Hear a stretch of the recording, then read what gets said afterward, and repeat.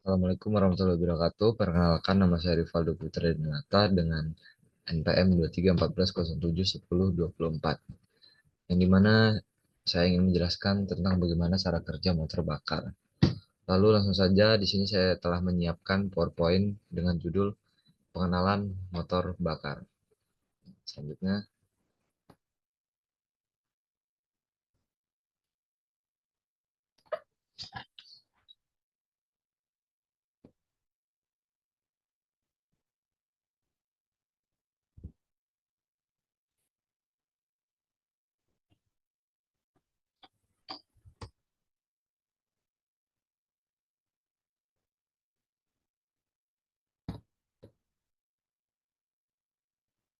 selanjutnya di sini ada daftar isi dengan yang pertama itu pengertian, komponen, cara kerja, kekurangan, keunggulan, dan kelampiran.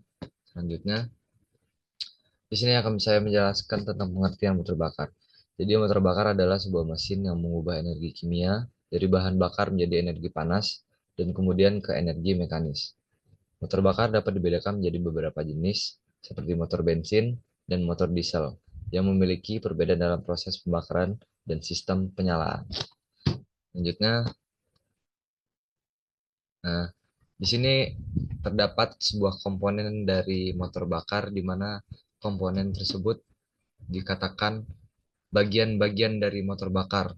Yang pertama itu ada piston, yang kedua itu silinder, yang ketiga crankshaft, yang keempat sistem bahan bakar, dan yang kelima sistem penyalaan, lalu yang keenam sistem pelumasan, yang ketujuh sistem pemasukan dan pembuangan udara, yang kedelapan itu ada katup, dan yang terakhir ruang bakar.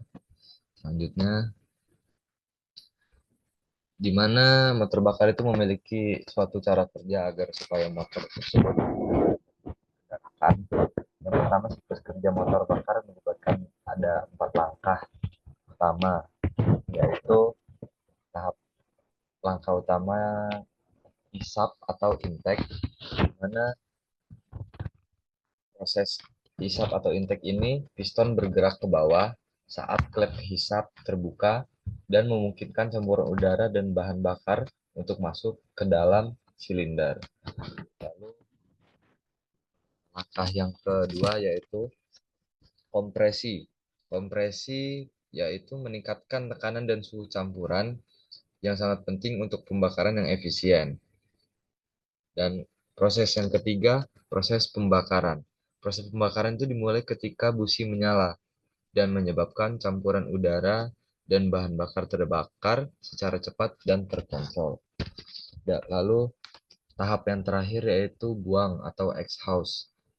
Exhaust ini memiliki proses yang memungkinkan pembuangan gas hasil pembakaran dari dalam silinder dan mempersiapkan mesin untuk siklus berikutnya. Jadi di keempat tahap ini bakal membuat putaran selanjutnya, dan dari empat ini sebuah langkah utamanya yang telah diterapkan. Selanjutnya,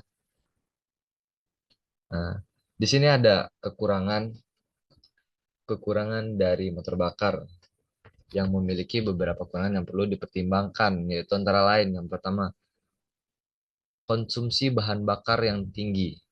Nah, jadi motor bakar ini terutama jenis bensin memiliki konsumsi bahan bakar yang relatif tinggi sehingga kita bakal ada peningkatan biaya operasional dan emisi gas terbuang. Dari kedua kekurangan tersebut itu sangat merugikan manusia. Lalu yang contoh kedua itu emisi gas buang. Jadi motor bakar menghasilkan emisi gas buang yang dapat berdampak negatif pada lingkungan, termasuk oksigen dan NOx dan partikulat halus. Selanjutnya contoh yang ketiga, kerusakan lingkungan. Kerusakan lingkungan itu aktivitas pembakaran dalam motor bakar dan dapat menyebabkan kerusakan lingkungan, terutama jika tidak diolah dengan baik seperti polusi udara dan suara bising. Salah satu contohnya yaitu asap dari knalpot motor yang membuat polusi udara, maka terjadinya kerusakan lingkungan. Dan yang keempat itu kerusakan mesin. Motor bakar dapat mengalami kerusakan mesin jika tidak dirawat dengan baik, seperti kebocoran oli, kerusakan katup, dan kerusakan piston. Jadi ketika kita memiliki motor bakar, alangkah baiknya kita harus merawat dan membenarkan ketika ada kerusakan pada motor bakar tersebut. Selanjutnya di sini kita ada penjelasan tentang kelebihan dari motor bakar. Langsung saja, motor bakar ini memiliki beberapa kelebihan yang membuatnya populer dan efektif dalam berbagai aplikasi lain, yaitu yang pertama, efisiensinya energi. Motor bakar dapat mengubah energi kimia dari bahan bakar menjadi energi mekanik dengan efisiensi yang tinggi, terutama dalam motor pembakaran dalam seperti motor diesel. Jadi yang dimaksud dengan efisiensi energi ini yaitu dari sebuah bensin dia dan melalui proses dari komponen-komponen motor bakar tersebut, dia bisa menghasilkan energi mekanik dan di mana motor bakar tersebut dapat dikendarakan. Seperti itu. Jadi yang terus selanjutnya contoh yang kedua yaitu kemudahan perawatan. Jadi mesin motor bakar ini memiliki konstruksi yang sederhana dan tidak memerlukan fluida kerja sehingga lebih mudah untuk dirawat dan dipelihara. Selanjutnya contoh yang ketiga, memiliki kinerja yang tinggi. Motor bakar dapat menghasilkan tenaga yang tinggi dan konsisten, membuatnya ideal untuk aplikasi yang memerlukan performa tinggi seperti kendaraan bermotor dan mesin industri. Dan contoh yang terakhir, kemampuan transportasi. Nah, motor bakar telah menjadi dasar utama untuk kendaraan bermotor modern, memberikan kemudahan transportasi yang luas dan efisien. Jadi adanya motor bakar itu sangat memudahkan manusia untuk melakukan kegiatan apapun yang di luar tersebut. Selanjutnya, di sini ada sebuah lampiran yang menggambarkan suatu komponen-komponen motor bakar. Yang pertama di sini ada bagian dengan nama crankshaft itu di bagian bawah ini. Lalu connecting rod, setelah itu piston, naik ke atas intake, selanjutnya valve in, dan selanjutnya ini rocker arm, dan valve X, camshaft, exhaust, dan di sini ada busi. Lalu yang terakhir yaitu ada water column. Nah, jadi itulah tadi suatu penjelasan dari bagaimana cara bekerja motor bakar yang dimana yang telah saya berikan PowerPoint tersebut. Jadi sekian dari saya. Terima kasih. Wassalamualaikum warahmatullahi wabarakatuh.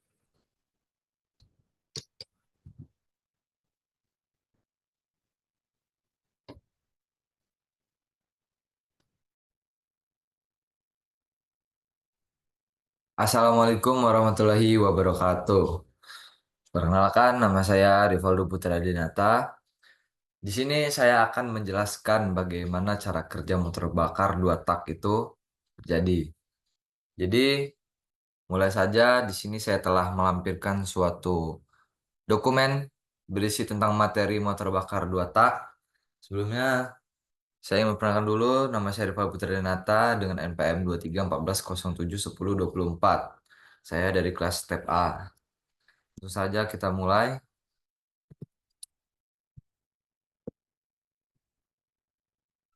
Nah, jadi di sini kita mulai dengan daftar isi.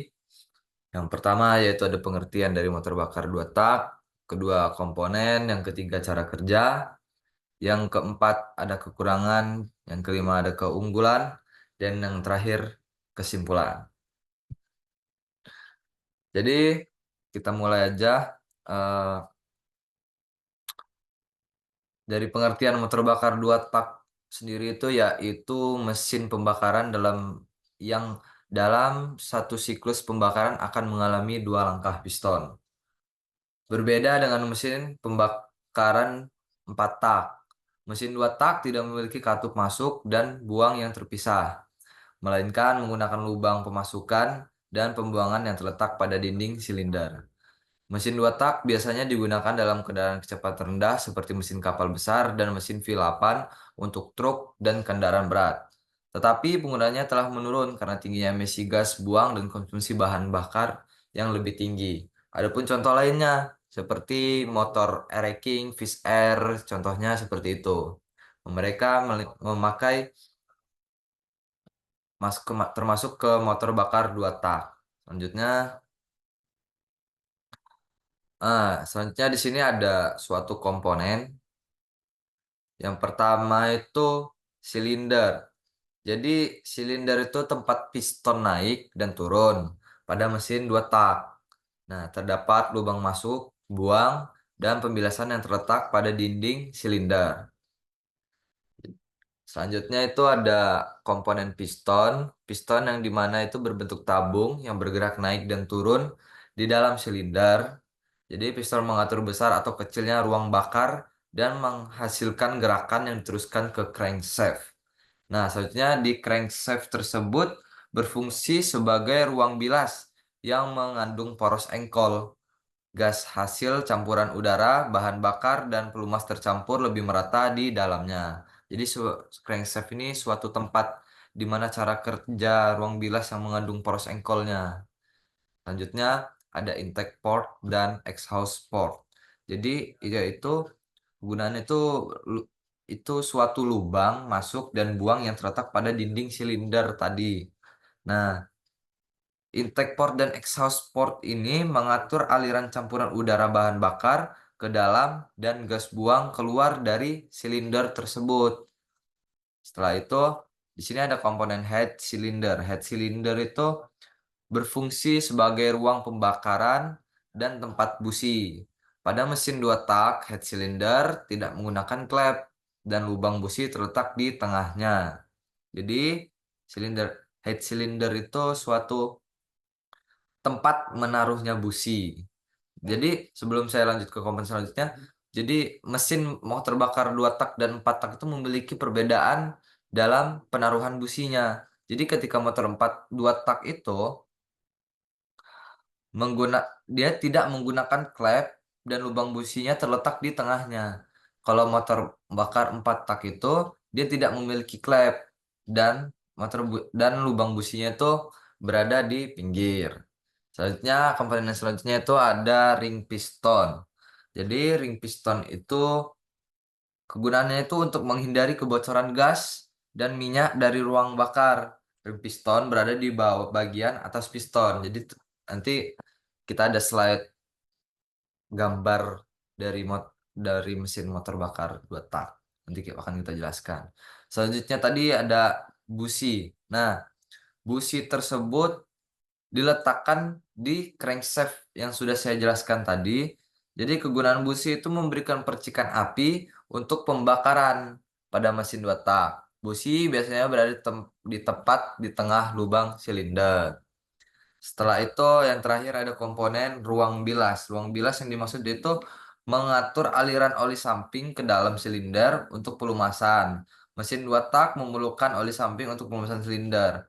Jadi ruang bilas itu suatu cara kerja pertama motor 2 tak yang masuk ke silinder guna untuk melumaskan mesin 2 tak.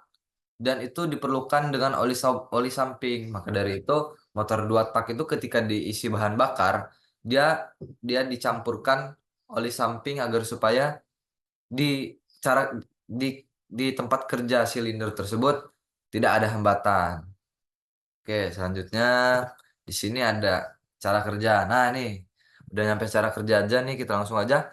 Jadi cara kerja pada motor bakar 2 tak itu memiliki 2 tahap. Yang pertama itu langkah hisap dan kompresi, yang kedua langkah pembakaran dan buang. Nah, di sini saya akan menjelaskan dulu langkah hisap dan kompresi. Jadi cara kerjanya itu piston bergerak dari titik mati bawah ke titik mati atas atau yang bisa disebut TMB dan TMA. Nah, udara masuk melalui lubang udara di sekitar dinding silinder. Kemudian piston bergerak naik dan menutup lubang udara saat piston bergerak seperempat ke titik mati atas. Kompresi. Nah, setelah itu kompresi udara dimulai. Selanjutnya tahap yang kedua itu langkah pembakaran dan buang. Jadi piston mencapai titik mati atas, injektor mengebutkan bahan bakar ke udara bertekanan tinggi, dan bahan bakar terbakar. Hasil pembakaran mendorong piston bergerak ke titik mati bawah. Saat piston hendak mencapai TMB, katup, buang terbuka, dan lubang udara terbuka. Nah, dari kedua tersebut sudah saya jelaskan. Sekarang saya akan memperlihatkan mesin motor bakar dua tak dan saya akan supaya lebih jelas saya jelaskannya. Nah, di sini kita ada motor dua mesin motor dua tak. Bisa kita gambar dulu. Jadi awal mula pengerjaan mesin motor itu dua tak di sini. Ketika bahan bakar dan oli samping dimasukkan ke sini, dia memiliki tahap dan bahan bakar dan oli samping dimasukkan ke sini lalu menuju ke silinder tersebut. Di sini guna guna oli samping itu untuk melumaskan putaran dari silinder tersebut. Jadi ketika silinder ini gunanya naik turun untuk melakukan dua tahap tersebut. Nah, tahap yang pertama oli apa sih bahan bakar dan olinya itu dimasukkan ke sini. Nanti ketika sudah masuk, cara kerja motor bakar dua tak itu dia akan naik turun. Nah, ketika naik itu bahan bakar yang sudah masuk ini membuat mesin tersebut menjadi pelumas mesin agar supaya cara kerja mesin naik turun itu tidak ada hambatan. Itu cara yang kedua. Dan cara yang pertama dan cara yang kedua itu ketika silinder piston itu sudah masuk ke atas dan dia turun ke bawah, maka di sini terjadi pembuangan ke knalpot yang bisa disebut yang kita ketahui yaitu asapnya. Jadi oli oli dan bahan bakar itu berproses melalui silinder naik turun. Lalu ketika tuh sudah pembakaran ini pembakaran yang terjadi pada di sini piston dia akan mengeluarkan bahan-bahan sisanya. Jadi seperti itu. Nah, itu guys. Itu. Nah, jadi di sini ada gambar-gambar komponennya yang sudah saya siapkan. Selanjutnya di sini kita masuk saja ke kekurangannya. Jadi motor dua tak kurang efisien dalam penggunaan bahan bakar sehingga lebih boros. Motor dua tak membutuhkan percampuran oli dengan bahan bakar atau oli samping atau two stroke oil. Biaya operasional motor dua tak menjadi lebih besar. Motor dua tak kurang ramah lingkungan karena mengeluarkan asap lebih tebal. Nah, jadi yang sudah saya jelaskan tadi bahwasanya motor dua tak itu sudah lumrah lah dalam lingkungan kita. Contohnya yang bisa saya sebutkan yaitu motor Air King, motor Fish Air, motor Vespa, Vespa lama.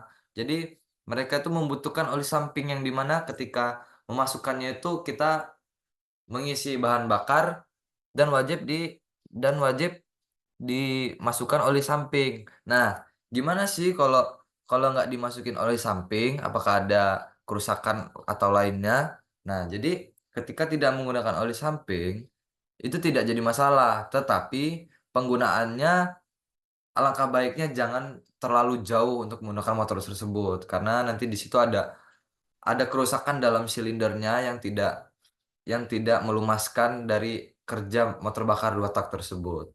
Jadi jika mesinnya ingin bagus dan bertahan lama, langkah baiknya kita menyiapkan oli samping setelah memasukkan bahan bakar. Selanjutnya, di sini ada kelebihan dari motor motor bakar dua tak. Yang pertama itu tenaganya tinggi. Jadi motor dua tak itu menghasilkan tenaga yang lebih besar dibandingkan motor 4 tak dengan ukuran mesin yang sama. Nah, dan yang kedua itu ada bobotnya ringan. Motor dua tak lebih ringan dari motor 4 tak karena desainnya yang lebih sederhana. Dia lebih ramping dan cara kerjanya pun tidak sebanyak motor bakar 4 tak. Selanjutnya yang ketiga itu ada biaya produksi murah. Motor dua tak memiliki biaya produksi yang lebih murah karena konstruksinya yang sederhana, terkecuali dari bahan bakarnya. Dan dan itu dapat menimbulkan polusi udara pada lingkungan. Selanjutnya ada yang keempat yaitu rasio daya terhadap berat yang tinggi. Jadi yang maksudnya itu kombinasi kelebihan tenaga yang besar dan bobot yang ringan membuat rasio daya terhadap berat motor 2 tak lebih baik dibandingkan motor 4 tak. Nah, terus selanjutnya bunyi yang khas. Nah, bunyi yang khas sudah pasti banyak yang tahu untuk pada motor 2 tak ini dia memiliki bunyi pembakaran yang khas dan mencolok seperti cempreng yang prepet seperti itu. Selanjutnya kita lanjutkan saja. Nah, di sini sudah sampai kesimpulan. Jadi mesin bakar 2 tak ini memiliki kelebihan dalam sederhana dan efisien dalam beberapa aplikasi, tetapi juga memiliki beberapa kekurangan yang signifikan, terutama dalam hal efisiensi bahan bakar dan emisi gas buang yang membuat polusi udara berlebihan. Nah, sudah sampai ujung materi. Jadi, jadi penjelasan motor bakar 2 tak dari saya hanya seperti itu saja. Semoga ilmu yang saya sampaikan itu bermanfaat buat rekan-rekan semua. Saya di sini hanya kit- kita saling sama-sama belajar dan saya akhiri. Semoga semua dapat dapat mengerti apa yang telah saya jelaskan. Saya akhiri. Wassalamualaikum warahmatullahi wabarakatuh. Terima kasih.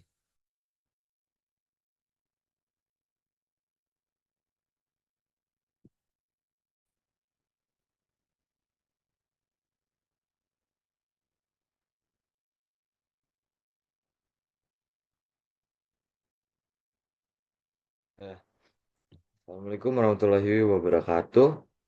Perkenalkan, nama saya Rivaldo Putra Denata. Saya dari kelas Step A dengan NPM 23 1407 10 24. Jadi di sini saya akan menjelaskan sebuah mesin motor 4 tak diesel yang dimana tugas ini telah diberi tugaskan oleh Bapak Mareli Talaun Banua. Jadi,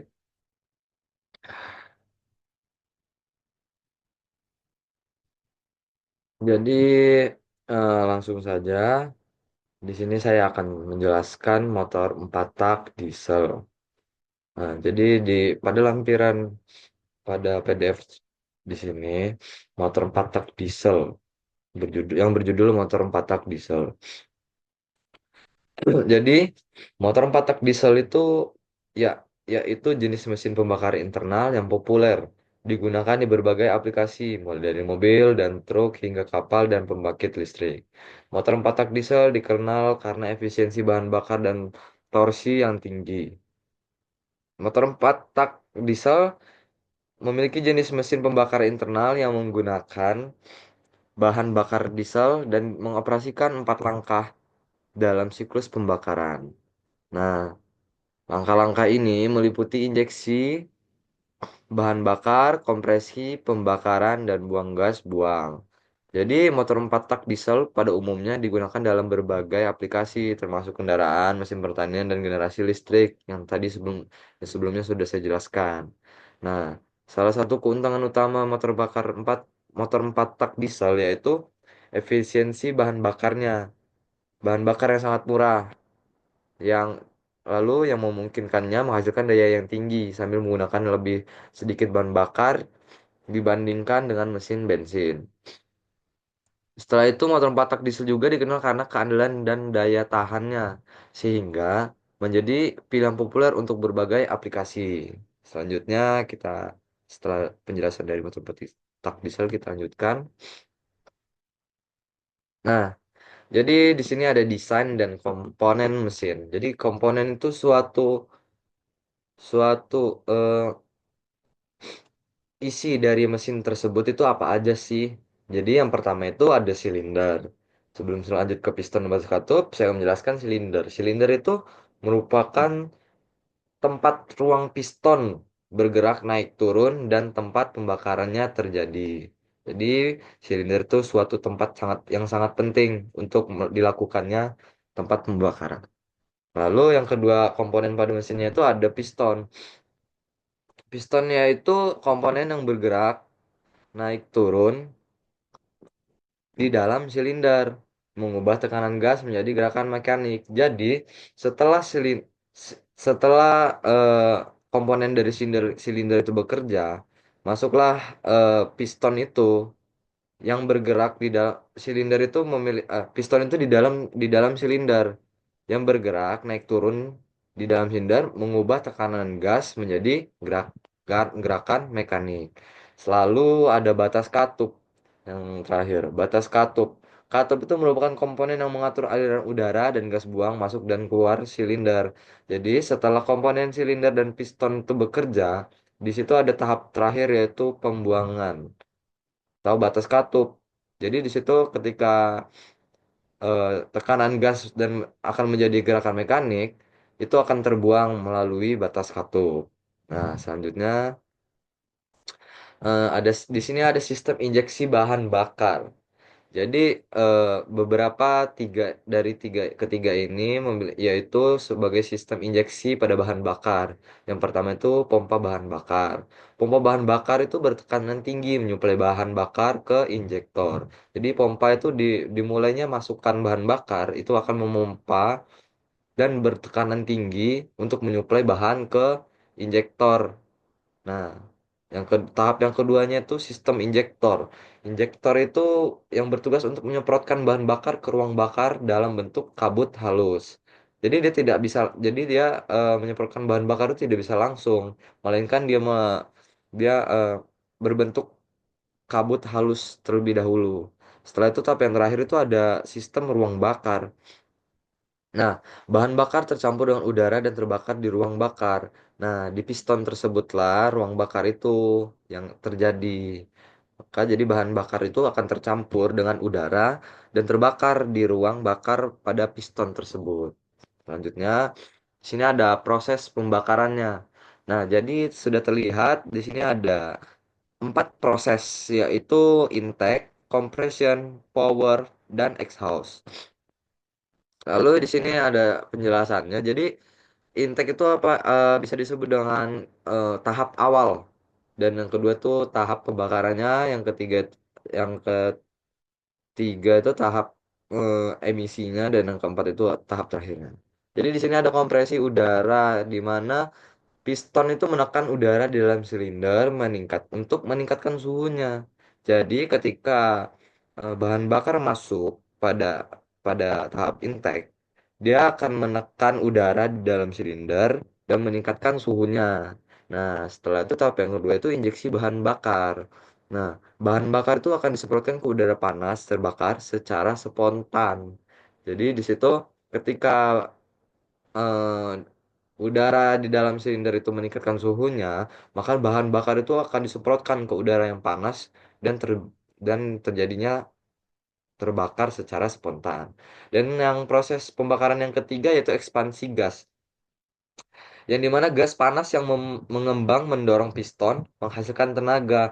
Jadi di sini pada tahap 3 itu ada di gambar sini, pada piston di batang sini akan mendorong ke atas dan menghasilkan sebuah tenaga mekanik tadi. Dan setelah itu proses terakhir yaitu proses pembuangan gas.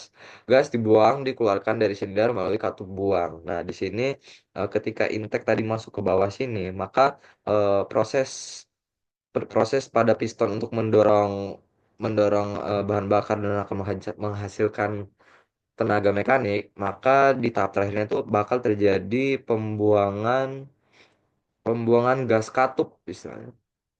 Bisa disebut asap dari keluarnya dari knalpot. Jadi seperti itu untuk proses pembakarannya. Selanjutnya yaitu, nah, di sini ada emisi dan regulasi.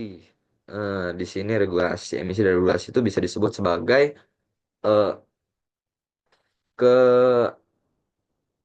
ke kekurangan pada motor diesel. Contohnya itu seperti knalpot, eh, gas gas emisi yang terbuang itu akan mencemari lingkungan.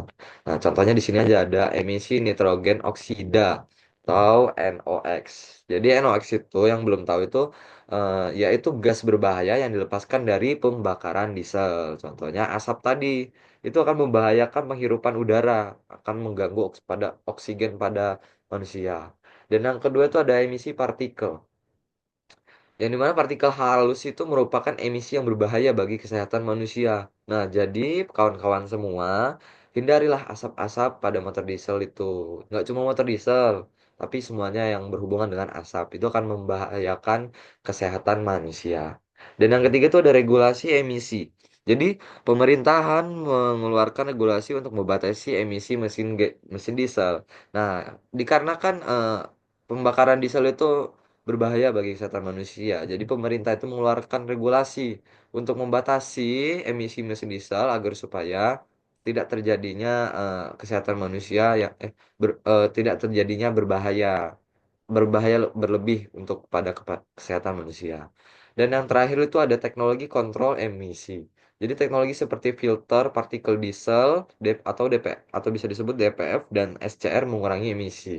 Nah, jadi di di sela-sela kekurangan pada motor 4 tak diesel ini, eh, beberapa yang menciptakan sebuah teknologi kontrol emisi yang dimana mereka menciptakan sebuah filter itu untuk menyaring emisi gas yang berlebih, jadi eh, sedikit mengurangi keamanan untuk bagi kesehatan manusia. Jadi seperti itu guys ya untuk emisi dan regulasinya. Lalu di sini ada perawatan dan servis pada motor 4 tak, motor diesel. Yang pertama itu perawatan yang sudah pastinya kepada kalian tahu itu ya pergantian oli ya. Jadi nggak cuma motor 4 tak diesel, tapi pergantian oli itu juga penting terhadap motor 2 tak, motor 4 tak. Jadi seperti itu. Nah, yang pergantian oli ini secara berkala sangat penting untuk menjaga kinerja mesin. Jadi ketika tidak mengganti oli, di situ dapat mengakibatkan bocor pada mesin. Jadi eh, lebih baik, alangkah baiknya kita tuh untuk mengganti oli. Karena ketika udah mesin kita jebol, itu akan sangat rugi dari kitanya. Lalu di sini ada yang kedua itu ada perawatan filter. Jadi filter udara, filter bahan bakar, dan filter oli harus diganti secara rutin. Nah, kenapa harus diganti filter? Karena tadi kita ambil contoh aja pada emisi gas yang dikeluarkan pada motor 4 tak diesel itu, alangkah baiknya kita untuk mengganti filter bahan bakar agar agar mengurangi resiko kesehatan manusianya. Jadi seperti itu. Nah, yang ketiga itu ada pemeriksaan katup. Yang dimana katup harus diperiksa secara berkala untuk memastikan penyegelan yang baik. Jadi sebuah katup itu sangat penting lah. Ketika tidak tertutup pada katup itu, dia akan terjadinya kebocoran. Jadi ya itu akan sangat berbahaya lah. Terakhir itu ada penyetelan injektor. Penyetelan injektor itu memastikan pembakaran yang optimal. Nah, jadi eh, sangat penting untuk penyetelan injektor itu agar supaya pembakarannya itu tetap stabil dan optimal gitu. Selanjutnya di sini ada apa? Di sini ada performa dan efisiensi. Jadi di sini efisiensi performa pada motor 4 tak atau bisa disebut kita bisa garis kecilkan kelebihan pada motor 4 tak diesel. Yang pertama itu efisiensi bahan bakar. Nah, kenapa efisiensi bahan bakar? Karena motor 4 tak diesel itu terkenal dengan efisiensi bahan bakar yang tinggi. Nah, jadi itu tadi kita eh, kelebihan pada motor 4 tak itu dari efisiensi bahan bahan bakarnya. Yang kedua itu ada torsi yang tinggi. Mesin diesel menghasilkan torsi yang tinggi, ideal untuk aplikasi bertenaga. Jadi kenapa alat-alat berat dan kendaraan yang memiliki cc tinggi itu menggunakan mesin diesel itu karena dia menghasilkan torsi yang sangat tinggi. Jadi itu sangat worth it untuk kendaraan dan alat-alat berat ketika ingin menggunakan mesin 4 tak diesel. Dan yang ketiga itu ada ketahanan. Mesin diesel dirancang untuk ketahanan dan umur pakai yang panjang. Nah, dari itu mesin diesel itu sangat banyak digunakan pada mesin-mesin alat berat dan mobil kendaraan yang cc-nya sangat tinggi. Dan itu keandalan. Motor 4 tak diesel dikenal karena keandalan dan kemampuannya yang konsisten. Konsisten dalam arti eh, pada mesin tersebut kuat kuat terhadap melakukan kegiatan proyek, contohnya untuk alat-alat berat gitu. Jadi seperti itu. Nah, lanjut lagi di sini sudah perkembangan masa depan. Perkembangan masa depan. Contohnya itu ada hibridasi. Mesin diesel dikombinasikan dengan motor listrik untuk meningkatkan efisiensi dan mengurangi emisi. Nah, jadi manusia itu menciptakan teknologi nggak cuma filter pada bahan bakar, tetapi mereka membuat juga hibridisasi, yang dimana untuk meningkatkan efisiensi dan mengurangi emisinya. Dan yang selanjutnya itu ada biodiesel. Penggunaan bahan bakar biodiesel yang ramah lingkungan untuk mengurangi emisi. Banyak pengupgradean terhadap mesin 4 tak ini untuk mengurangi tingkat kesehatan manusia lah istilahnya. Dan yang terakhir itu ada mesin diesel bersih, teknologi canggih untuk mengurangi emisi dan meningkatkan efisiensi bahan bakar. Nah, jadi kayak gitu aja yang bisa saya jelaskan, dan semoga apa yang saya jelaskan ini bisa dapat kalian tangkap dan kalian mengerti. Jadi sekian dari saya. Saya Rivaldo Putra Denata, saya akhiri. Wassalamualaikum warahmatullahi wabarakatuh. Terima kasih.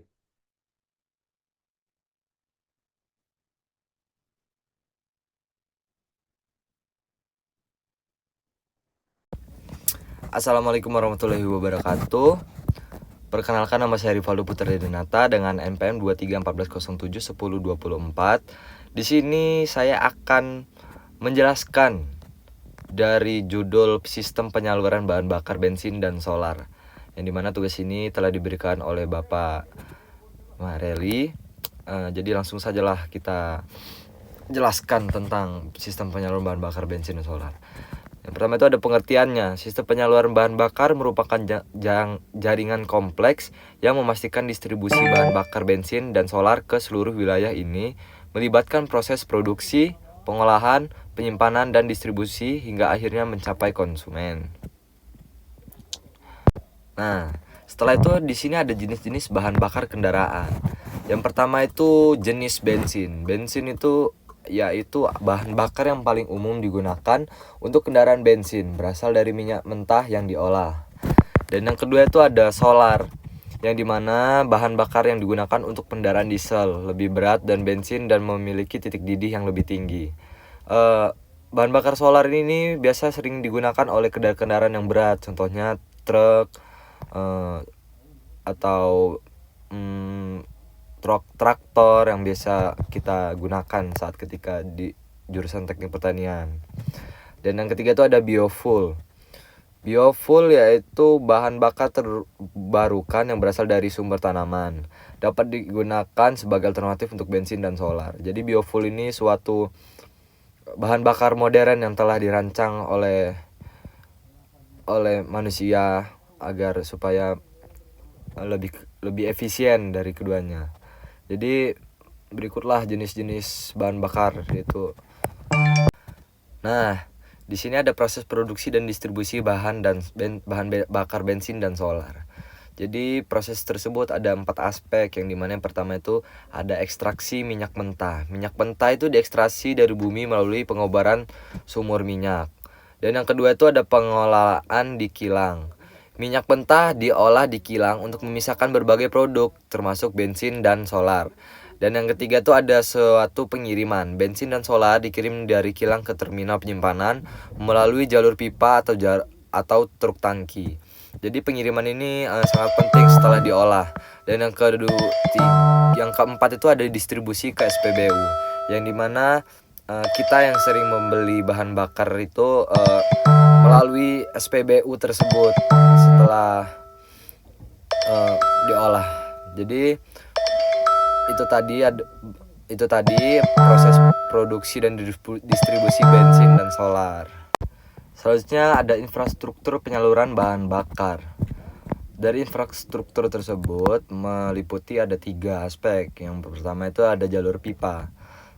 Jalur pipa tadi bisa dibilang sistem pipa bawah tanah yang luas untuk mengangkut bahan bakar dalam jumlah besar dari kilang ke terminal penyimpanan dan SPBU. Kan tadi itu ada 2, melalui jalur pipa dan melalui truk tangki yang akan dikirim ke SPBU dan yang memiliki penyimpanannya. Dan yang kedua itu ada terminal penyimpanan, di mana fasilitas besar yang digunakan untuk menyimpan bahan bakar sebelum didistribusikan ke SPBU. Dan yang ketiga itu ada truk tangki, kendaraan besar yang digunakan untuk mengangkut bahan bakar di terminal penyimpanan ke SPBU.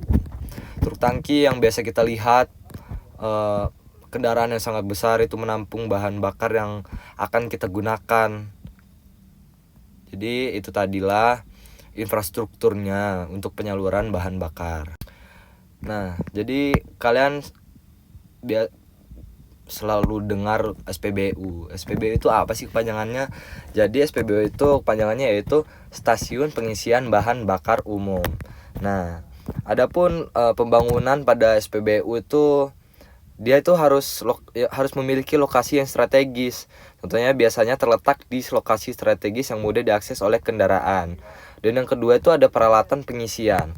SPBU dilengkapi dengan pompa bensin dan solar yang memungkinkan pengguna untuk mengisi bahan bakar ke kendaraan mereka. Yang dimana ketika kita membeli bensin atau solar di SPBU, kita melalui karyawan di sana untuk menyalurkan bensin tersebut ke kendaraan kita. Dan yang ketiga itu ada pelayanan pelanggan.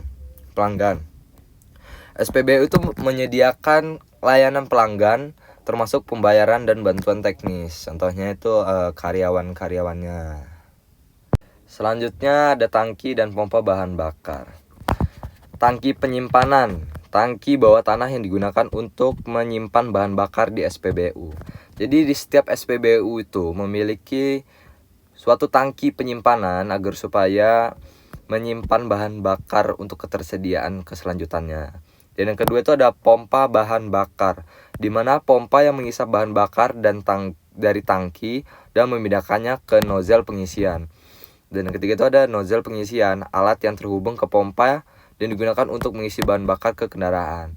Jadi kalau kalian bingung nozzle pengisian itu, kalian bisa lihat langsung di SPBU yang dipegang oleh karyawannya dan dimasukkan ke tangki bahan bakar kendaraan kita. Nah, itu yang disebut dengan nozzle pengisian. Selanjutnya itu ada sistem pembayaran dan manajemen stok. Jadi sistem pembayarannya itu bisa berupa tunai, kartu kredit, debit, dan sistem pembayaran elektronik. Dan yang kedua itu manajemen stok. Manajemen stok bisa dibilang kita tuh memanage kelengkapan kita sebelum kehabisan atau kekurangan. Sistem untuk melacak stok bahan bakar, mengatur pesanan, dan memasukkan pasok yang memadai. Dan yang terakhir itu ada pemantauan, yaitu sistem pemantauan untuk melacak tingkat bahan bakar di tangki dan memastikan keamanan. Jadi pemantauan itu untuk melihat cukup tidak bahan bakar tersebut yang ada di tangki itu ada berapa sekian. Jadi pemantauan itu sangat penting ketika untuk melihat stok yang telah disimpan. Selanjutnya ini ada faktor-faktor yang mempengaruhi kualitas bahan bakar. Pertama itu standar kualitas. Bahan bakar harus memenuhi standar kualitas tertentu untuk kinerja optimal dan emisi yang rendah. Yang dimana ketika tidak memiliki kualitas, bahan bakar tersebut tidak layak untuk dimasukkan ke kendaraan karena itu akan merusak mesin-mesin dari kendaraan tersebut. Dan yang kedua itu ada suhu. Suhu ekstrim dapat mempengaruhi kualitas bahan bakar dan menyebabkan penguapan. Jadi bahan bakar itu sangat berpengaruh dalam suhu. Suhu itu sangat berpengaruh dalam bahan bakar. Ketika suhu itu mau tinggi mau rendah, dia itu akan menyebabkan penguapan yang dimana bahkan bahan bakar itu akan habis dikarenakan suhu. Dan yang ketiga itu ada penyimpanan. Cara penyimpanan yang tidak tepat dapat mempengaruhi kualitas bahan bakar, menyebabkan kontaminasi atau degradasi. Nah, jadi kawan-kawan sangat penting tuh kita harus menyimpan bahan bakar karena supaya tidak terjadi kontaminasi. Nah, dan yang terakhir itu ada kontaminasi dari air. Kotoran atau bahan kimia lainnya dapat merusak kualitas bahan bakar. Jadi bahan bakar itu tidak bisa dimasukkan bahan selain bahan bakar tersebut karena itu akan merusak kualitas bahan bakar tersebut. Selanjutnya ada keamanan dan regulasi dalam penyaluran bahan bakar. Regulasi keamanan, regulasi yang ketat untuk memastikan keselamatan dalam proses penyaluran bahan bakar, termasuk penyimpanan, transportasi, dan pengisian. Dan yang kedua itu protokol keamanan yang diterapkan di SPBU untuk mencegah kebakaran, ledakan, dan kecelakaan lainnya. Dan yang ketiga itu ada pencegahan kontaminasi, langkah-langkah pencegahan untuk meminimalisir risiko kontaminasi bahan bakar oleh air, kotoran, atau zat asing lainnya. Jadi bahan bakar itu sangat berbahaya. Maka dari itu sangat penting untuk keamanannya dan regulasi dalam penyaluran bahan bakar tersebut. Nah, di sini yang terakhir itu ada tantangan dan inovasi di masa depan. Yang pertama itu ada kendaraan listrik, kedua hidrogen sebagai bahan bakar, dan ketiga teknologi digital. Kendaraan listrik itu menyediakan suatu casan dalam SPBU, dan yang kedua itu ada hidrogen sebagai bahan bakar, dan ketiga itu ada teknologi digital di mana pembayaran itu diakses mandiri. Nah, jadi sekian yang bisa saya jelaskan. Semoga ilmu ini bermanfaat bagi kalian semua yang menonton. Saya akhiri. Wassalamualaikum warahmatullahi wabarakatuh. Assalamualaikum warahmatullahi wabarakatuh.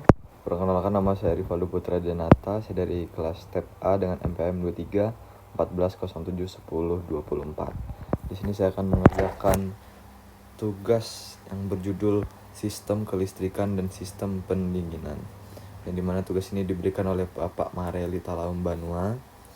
Dan langsung saja di sini saya langsung menjelaskan. Jadi terdapat sebuah PPT yang telah saya buat, yaitu yang berjudul Sistem Kelistrikan dan Sistem Pendinginan. Jadi sistem kelistrikan dan sistem pendinginan merupakan dua sistem paling penting yang saling berhubungan dalam sebuah kendaraan. Keduanya bekerja bersama untuk memastikan kinerja mesin yang optimal dan efisien.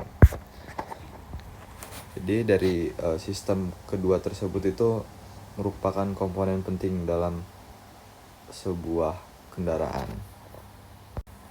Nah, selanjutnya di sini ada pengenalan sistem kelistrikan pada kendaraan. Sebelum melanjutkan sistem pendinginan, kita akan menjelaskan dulu tentang sistem kelistrikan di kendaraan. Nah, jadi yang pertama, untuk sumber daya. Sistem kelistrikan mobil mendapat energi dari baterai yang menyimpan energi listrik. Dan yang kedua itu ada distribusi.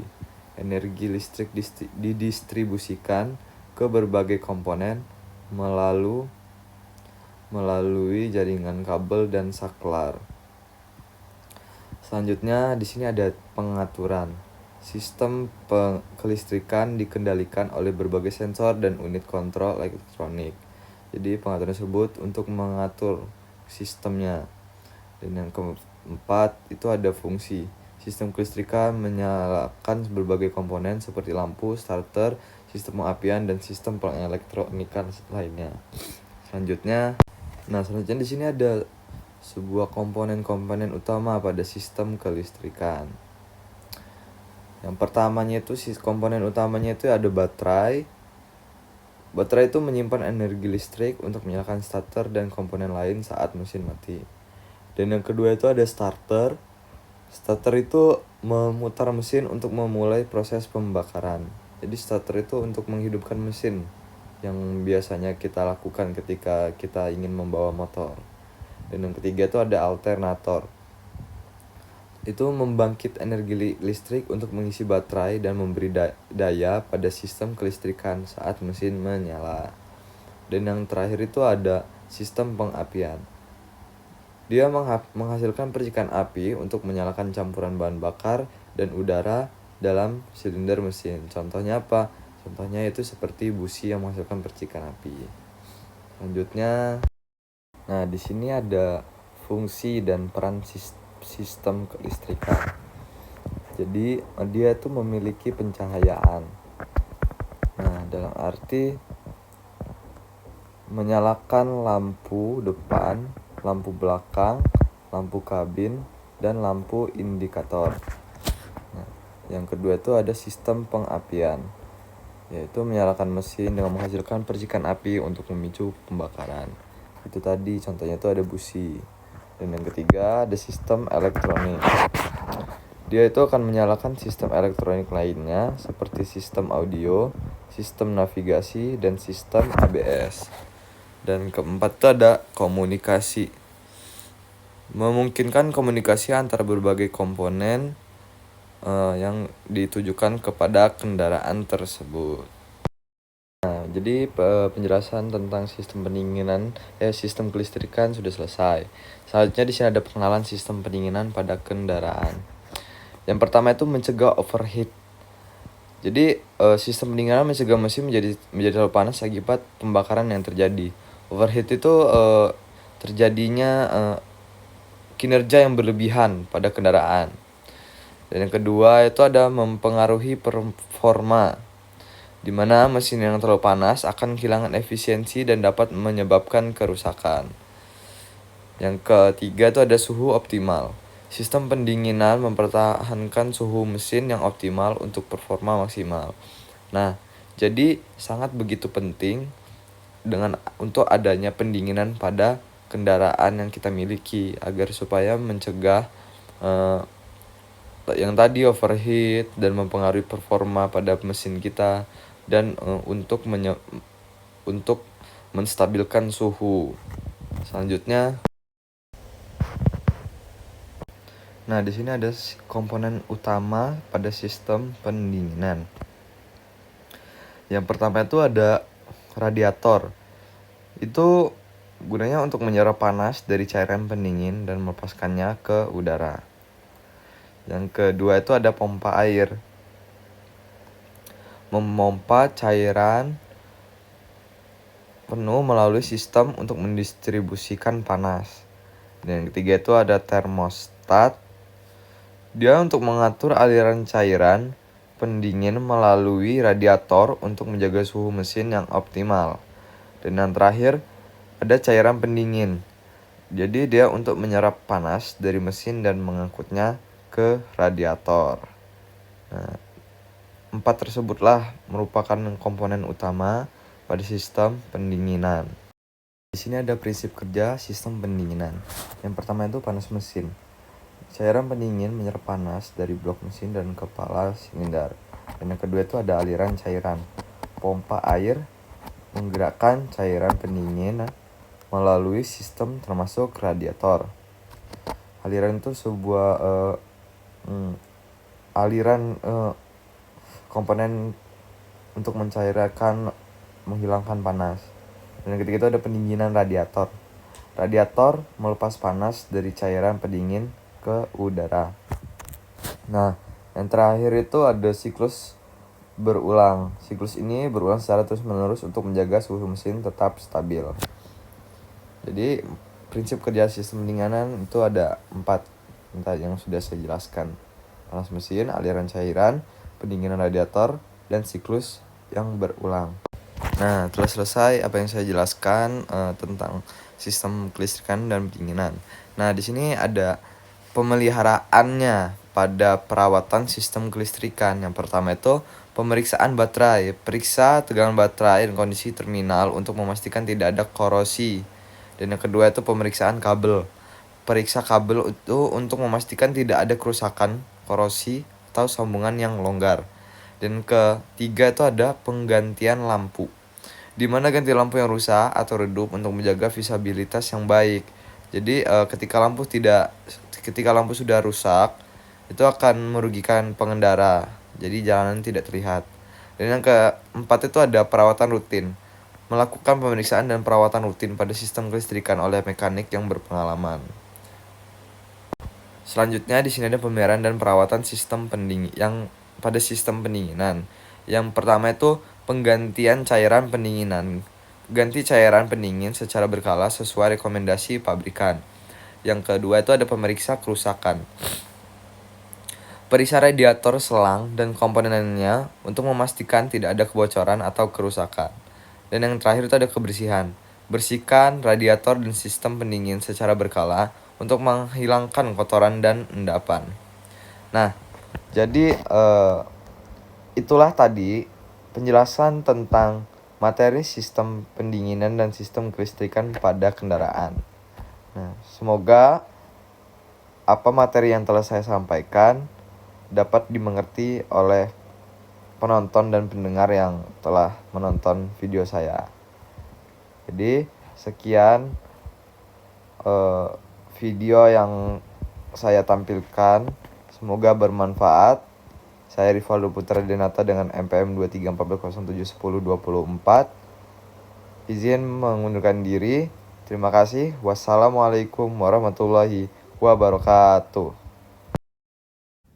Assalamualaikum warahmatullahi wabarakatuh. Perkenalkan, nama saya Rivaldo Putra Denata dengan MPM 2314071024. Di sini saya akan menjelaskan suatu materi yang berjudul Sistem Transmisi dan Pelumasan, yang dimana tugas ini ditugaskan oleh Bapak Dr. Mareli Talaum Banua, STP MSI. Baiklah, di sini langsung saja kita ke materinya. Di sini telah terlampirkan sebuah PPT yang berjudul Sistem Transmisi dan Pelumasan, dibuat oleh Rivaldo Putra Denata. Jadi, sistem transmisi merupakan komponen penting dalam kendaraan. Sistem ini bertanggung jawab untuk menyalurkan tenaga dari mesin ke roda, yang dimana transmisi tersebut menggunakan komponen paling utama, yaitu pengubahan gigi dalam kendaraan. Selanjutnya di sini ada komponen sistem transmisi, yaitu yang pertama adalah kopling. Kopling berfungsi untuk menghubungkan dan memutuskan hubungan antara mesin dan transmisi. Adapun cara kerja kopling, contohnya pada mobil, kopling diinjak ketika ingin mengubah transmisi giginya. Dan yang kedua itu ada transmisi. Transmisi itu mengubah putaran sigar sesuai dengan kebutuhan kendaraan. Sesuai itu bagaimana sih? Contohnya seperti ketika jalan datar pada mobil, dia melakukan arah gigi 3, dan ketika jalan itu menanjak, itu kita akan menggunakan gigi 1 ataupun 2. Jadi setiap gigi itu memiliki kerjanya masing-masing sesuai rute jalannya. Dan yang ketiga itu ada poros propeller. Poros propeller menyalurkan tenaga dari transmisi ke gardan belakang. Yang keempat, gardan. Gardan itu berfungsi untuk mengubah putaran poros propeller menjadi putaran roda. Nah, jadi transmisi itu memiliki fungsi yang dimana itu ada mengubah kecepatan. Transmisi itu memungkinkan pengemudi untuk mengubah kecepatan kendaraan sesuai kebutuhan. Yang tadi saya jelaskan bahwasanya gigi 1, 2, 3, 4, dan 5 itu memiliki kecepatan sesuai kebutuhan pada kendaraan. Dan yang kedua itu ada menyalurkan tenaga. Transmisi itu berperan penting dalam menyalurkan tenaga dari mesin ke roda. Jadi sebuah penggantian transmisi itu memiliki suatu fungsi untuk menghasilkan tenaga. Dan yang ketiga itu ada meningkatkan efisiensi. Sistem transmisi membantu meningkatkan efisiensi bahan bakar dengan menyesuaikan putaran mesin. Nah, di sini tuh ada jenis-jenis transmisi. Yang pertama itu ada manual. Transmisi manual itu memerlukan pengemudi untuk mengganti gigi manual. Jadi, yang manual itu memerlukan suatu komponen kopling contohnya. Karena ketika ingin memindahkan gigi tuh dia harus menginjak kopling terlebih dahulu. Dan yang kedua itu ada otomatis, yang dimana transmisi otomatis mengganti gigi secara otomatis tanpa campur tangan pengemudi. Otomatis itu bisa dibilang dia kerjanya hanya tinggal gas dan rem tanpa melakukan adanya kopling. Dan yang ketiga itu ada CVT. Transmisi CVT itu menggunakan sabuk dan pulai untuk memberikan perpindahan gigi yang halus. Next. Nah, di sini ada prinsip kerja sistem transmisi. Yang pertama itu pada mesin. Mesin akan menghasilkan tenaga putaran. Nah, ketika transmisi bekerja, di situ mesin pun akan menghasilkan tenaga yang sebelumnya dilakukan oleh mesin-mesin tersebut agar bertujuan untuk kendaraan tersebut bisa bekerja dalam mesinnya. Dan yang kedua itu ada kopling. Kopling itu menghubungkan dan memutuskan hubungan antara mesin dan transmisi. Jadi kopling itu sangat penting dalam kendaraan manual. Dan yang ketiga itu ada transmisi. Transmisi itu mengubah putaran mesin sesuai kebutuhan. Kebutuhannya misal dari rute jalan datar, turunan ataupun tanjakan. Dia ada kebutuhannya masing-masing. Nah, pentingnya pelumasan dalam sistem transmisi. Jadi pelumasan itu sangat penting dalam sistem transmisi, yang dimana untuk mencegah gesekan, yaitu dia itu membantu mengurangi gesekan antara komponen transmisi agar supaya transmisi tersebut tidak rusak dan mencegah hal-hal yang tidak diinginkan lainnya. Dan yang kedua itu ada mencegah keausan. Pelumasan itu membantu mengurangi keausan pada komponen transmisi. Keausan itu dalam arti dia tidak akan terjadinya kerusakan pada suatu mesinnya. Dan yang ketiga itu ada meningkatkan efisiensi. Pelumasan membantu meningkatkan efisiensi transmisi dengan mengurangi kehilangan tenaga akibat gesekan. Karena ketika melakukan perpindahan gigi tidak sesuai dengan kebutuhan, itu akan membuat bahan bakar itu boros. Jadi setiap rute perjalanan itu mempunyai kebutuhannya masing-masing agar supaya membuat efisiensi, contohnya bahan bakar. Nah, adapun teknik pelumasan yang efektif untuk mencegah kerusakan dalam transmisi. Nah, yang pertama itu menggantikan oli transmisi yang sesuai dengan spesifikasi yang telah disesuaikan. Jadi oli itu sangat penting dalam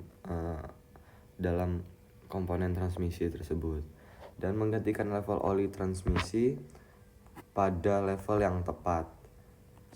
Pada level yang tepat dalam arti dia tuh menyesuaikan mesinnya. Dan yang ketiga itu ada ganti oli transmisi secara berkala sesuai rekomendasi pabrik.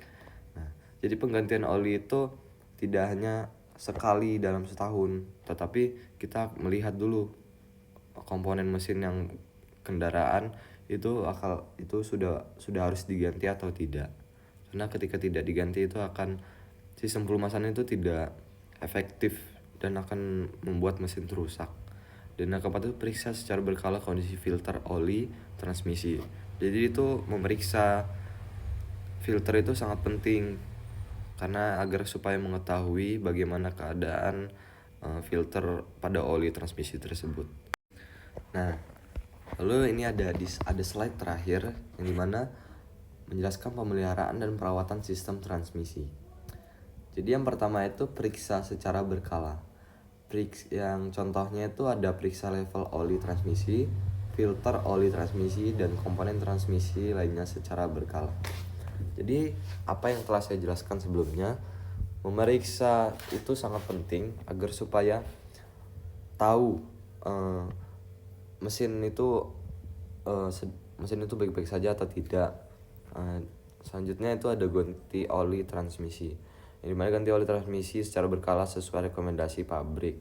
Nah, itu tadi kita mengganti oli, contohnya ketika kendaraan tersebut sudah tidak enak, kita harus mengecek oli tersebut, dan ketika olinya sudah harus diganti, kita harus menggantinya dengan oli yang baru. Dan yang ketiga ini ada jadwal perawatan. Ikuti jadwal perawatan transmisi yang direkomendasikan oleh pabrik. Biasanya pabrik itu menentukan kapan penggantian oli tersebut dan harus diganti. Dan yang keempat itu ada investasi. Investasi dalam perawatan transmisi dapat membantu mencegah kerusakan yang mahal. Investasi dalam arti adanya asuransi. Nah, jadi itu tadi penjelasan tentang transmisi dan sistem pelumasan. Baiklah, semoga materi yang telah saya jelaskan dapat dimengerti oleh para penonton, dan terima kasih untuk Bapak Dr. Mareli Talangbanua STP MSE untuk memberikan materi ini. karena ini dapat memberikan pengetahuan baru tentang untuk saya. Saya akhiri. Wassalamualaikum warahmatullahi wabarakatuh.